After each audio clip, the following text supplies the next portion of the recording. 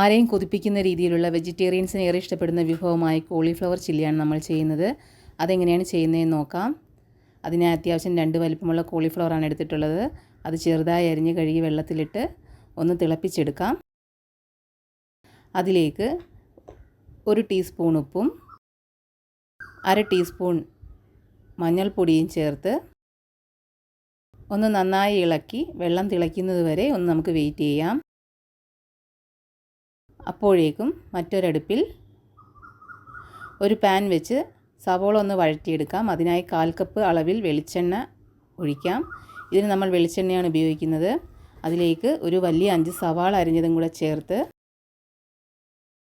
ഇനി അടുത്തതായി ചേർക്കുന്നത് ഒരു 1/4 ടീസ്പൂൺ അളവിൽ ഉപ്പും കൂടെ ചേർത്ത് ഇളക്കി വയ്ക്കാം. സവോള ഒന്ന് വഴന്നു വരുന്ന സമയം കൊണ്ട് നമ്മുടെ കോളിഫ്ലവർ ഇവിടെ തിളച്ച് വന്നിട്ടുണ്ട്. അത് ഒത്തിരി തിളപ്പിക്കേണ്ട, അത് വെള്ളത്തിൽ നിന്ന് കോരി മാറ്റാം. ഇനി അടുത്തതായി ഒരു അരപ്പിൻ്റെ കൂട്ട് ആവശ്യമാണ്. അതിനായി ഒരു പാത്രത്തിലേക്ക് 3 ടീസ്പൂൺ കാശ്മീരി മുളക് പൊടിയാണ് നമ്മൾ ചേർക്കുന്നത്. നല്ല നിറം കിട്ടുന്നതിന് വേണ്ടിയിട്ടും എരിവ് കുറവുമാണ്. അതിലേക്ക് ഒരു 1/4 ടീസ്പൂൺ മഞ്ഞൾപ്പൊടിയും ചേർത്ത് നമ്മൾ നേരത്തെ ഉപ്പിട്ട് തിളപ്പിച്ചത് കൊണ്ട് ഒരു 1/2 ടീസ്പൂൺ ഉപ്പ് മാത്രം ചേർത്താൽ മതി. 1 ടീസ്പൂൺ ബീഫ് മസാലയും കൂടെ ചേർത്ത് കോളിഫ്ലവർ ഇട്ട് നല്ലതുപോലെ മസാല എല്ലായിടത്തും ആകുന്നത് വരെ കൈവച്ച് ഇളക്കി കൊടുക്കാം. ഇതിപ്പോൾ എല്ലായിടത്തും മസാല ആയിട്ടുണ്ട്. ഇനി മറ്റൊരു ചീനച്ചട്ടി വെച്ച് കോളിഫ്ലവർ വറുക്കുന്നതിന് ആവശ്യമുള്ള വെളിച്ചെണ്ണ ഒഴിച്ച് എണ്ണ ചൂടാകുമ്പോൾ കുറേശ്ശെ കോളിഫ്ലവർ ഇട്ട് വറുത്ത് കോരണം. അങ്ങനെ നമ്മളെല്ലാം ഇതിവിടെ വറുത്തെടുത്തിട്ടുണ്ട്. അപ്പോഴേക്കും നമ്മുടെ സവോള ഇവിടെ വഴന്നു വന്നിട്ടുണ്ട്. ഇതിന് അത്യാവശ്യം വലിപ്പമുള്ള 2 ക്യാപ്സിക്കം എടുത്തിരിക്കുന്നത്. ഇത് ചെറുതായി മുറിച്ച് അതും കൂടെ ഒന്ന് വഴന്നു വന്ന് കഴിയുമ്പോൾ